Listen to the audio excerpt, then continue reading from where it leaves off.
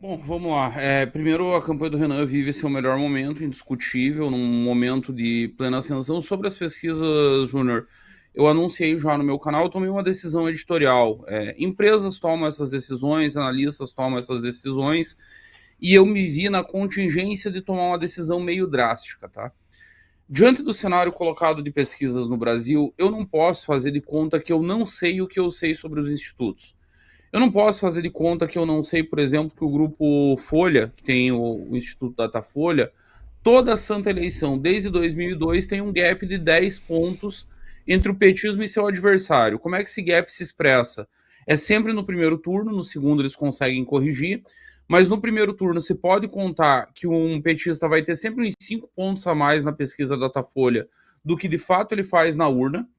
E o oposicionista, o principal oposicionista, sempre vai ter 5 pontos a menos. Foi assim em 2002 com Serra, foi assim em 2006 com Alckmin, foi assim em 2010 com Serra de novo, foi assim em 2014 com Aécio, foi assim em 2018 e 2022 com Bolsonaro. Há um viés ideológico no Instituto Datafolha, está posto, tá colocado, e eu não posso fazer de conta que eu não sei que isso ocorre em toda eleição, e não apenas na presidencial, porque eles poderiam dizer, ah, não, mas é só na presidencial, é algum desvio do campo, não, não é, porque acontece também na eleição municipal de São Paulo, onde supostamente, não supostamente, onde de fato o Datafolha é o grande especialista, é o principal instituto, é o instituto que está ali há 40 anos pesquisando, é a casa do Grupo Folha, e acontece o mesmo viés de caráter ideológico. Aí você ainda tem um problema metodológico. Eu estou em 2026, eu também não posso fazer de conta que eu estou em 2002. Até, vamos lá, não é nem até 2002, até 2018, 18 já estourando, era justificável você falar, não, a pesquisa presencial tem um maior grau de precisão, as pessoas respondem com mais sinceridade, e dentre as pesquisas presenciais, porque o Datafolha abandonou a domiciliar em 2006. Em 2006, o Datafolha migrou da domiciliar para os pontos de fluxo pela dificuldade que já lá em 2006 se apresentava de conseguir acessar residências, de conseguir cumprir as cotas amostrais. Acessando residências, eles mudaram a coleta para pontos de fluxo. O IBOP manteve, até encerrar suas atividades, a coleta na domiciliar. Na domiciliar. Até 2018, eu concordaria que o presencial é melhor, o entrevistador está olhando, está anotando direitinho as respostas. Beleza. Acontece que nós estamos em 2026, nós estamos num país em que a violência é epidêmica. Ela toma, na verdade, não é nem epidêmica, né? Ela é endêmica, é uma doença que já se incrustou no tecido social do país. As pessoas normalizaram e aprenderam jeitos de conviver com ela, não de curá-la.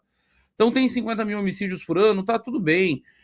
A Paulista virou um lugar intransitável em que não dá para você andar com o celular na mão, tudo bem. Se você está no trânsito em São Paulo, o Uber te avisa para você nem dentro do carro ficar no celular, porque senão vem o vagabundo e quebra o vidro, e aí ele leva prejuízo e você também. Tudo bem. As pessoas foram aprendendo a conviver com isso. Nessa sociedade, é impossível acreditar que a coleta está sendo bem feita, seja no modo residencial, seja em pontos de fluxo. Ou a pessoa responde mal à vontade, ou ela não responde, ou ela responde correndo, não presta atenção nas perguntas, e aí você vai ter distorção na coleta dos dados. E como sabe qualquer pessoa que já tenha trabalhado com pesquisa, seja um pesquisador de fato de institutos de pesquisa eleitoral, marqueteiro, enfim, ou seja mesmo um simples acadêmico, teve que fazer uma pesquisa para sua dissertação no mestrado, para sua tese do doutorado, ele sabe que a qualidade da pesquisa, a qualidade do resultado, depende diretamente da qualidade dos dados. Se os dados são mal coletados, vai dar ruim. E aí, para piorar tudo, não bastando todo esse bolo de problemas metodológicos, de coleta, de metodologia ultrapassada, você ainda tem que lidar com situações como, por exemplo, acontece com o Felipe Nunes, do Instituto Quest. O cara é CEO do Instituto de Pesquisa, que presta serviços para a Rede Globo, e ao mesmo tempo ele vai para Faria Lima vender consultoria sobre prospecção eleitoral. Vai lá tentar prever o futuro. E só fala baboseira. E só fala baboseira. E dentre as baboseiras, ele chega lá e garante que Zema é o único viável da terceira via. Que o Renan Santos não ia engrenar nunca. Que essa turma do MBL não tinha nem idade para disputar a presidência. E tudo isso baseado no eu acho. que é algo que me incomoda. Eu até falei sobre isso semana passada com o Andrei Roman da Atlas. O Carlos Augusto Montenegro, que era o dono do Ibope, criou uma coisa aqui no Brasil, que é o dono de instituto de pesquisa que passa a achar que é analista político. Não, não é. Você faz pesquisa e você, inclusive... Tanto você não é nem especialista em pesquisa, que você tem um estatístico lá responsável, é o cara que assina. Ele que diz que a metodologia está certa, que todas as cotas foram preenchidas, que o método foi aplicado corretamente, não é o dono. Dono de instituto de pesquisa não é analista político. Mas no Brasil criou-se essa figura do dono analista político, e o Felipe Nunes não é só dono e barra analista político. Não, ele presta consultoria. Ele vai na Globo, para quem ele presta serviço, com quem ele tem uma relação de negócios, levar o Zema pela mão porque ele acha que o Zema é o melhor candidato, porque ele quer promover o Zema. Como é que eu vou acreditar na pesquisa desse cara? Não dá. Não dá. É virtualmente impossível eu acreditar na pesquisa desse cara. Diante de tudo que está colocado no mercado, eu fiz uma escolha, Júnior. Eu vou analisar a eleição até o final dessa eleição, vou analisar a pesquisa só com a Atlas. Larguei tudo de mão, não vou perder tempo com o Nexus. A Nexus que saiu hoje, inclusive, dando o Renan ali com... o Renan com 2 ou 3%, todo mundo empatado, basicamente. A Nexus é 75% de coleta na internet e 25% de telefone.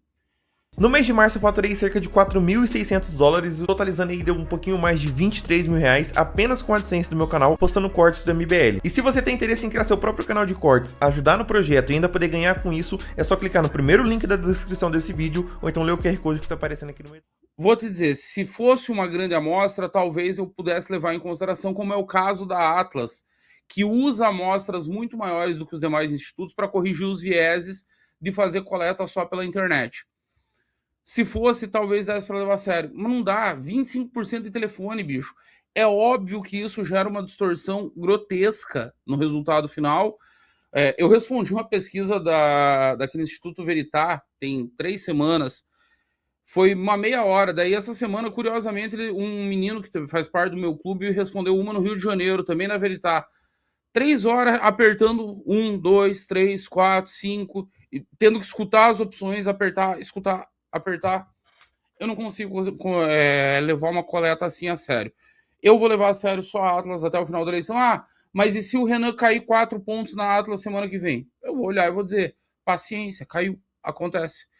Vou com a Atlas até o fim. A Atlas está com track record, e foi justamente o que eu falei para o Andrei Romano no Twitter.